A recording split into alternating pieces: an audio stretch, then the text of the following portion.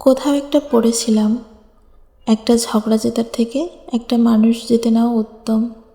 কথাটা কি সুন্দর, তাই না? ব্যক্তিগত জীবনে আমাদের এই সামান্যতম চেষ্টায় সম্পর্কগুলো কত সুন্দর হতে পারত, তাই না?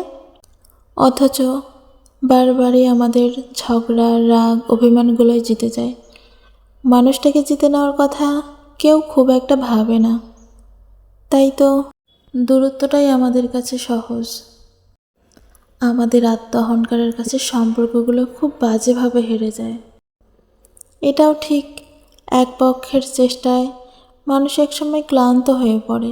সেও তো আশা করে কখনো না কখনো অপর পাশের মানুষটার কাছ থেকে আগে ফোন কলটা আসুক, সরিটা সে আগে বলুক, অভিমান ভাঙিয়ে সে কাছে টেনে নিক। নিজের ভুলগুলোকে স্বীকার করে মানুষটাকে কাছে টেনে নেওয়া, এটা বেশি কঠিন, কিন্তু তাদের কাছে কঠিন নয় যারা ঝগড়া নয় মানুষটাকে জিতে নিতে চায়, দুজনের সম্পর্ক ভালোবাসাটাকে জিতে নিতে চায়। তাদের জন্য সহজ, কত সহজে, কত অবলীলায় তারা সব সময় মানুষটাকে জিতে নেয়।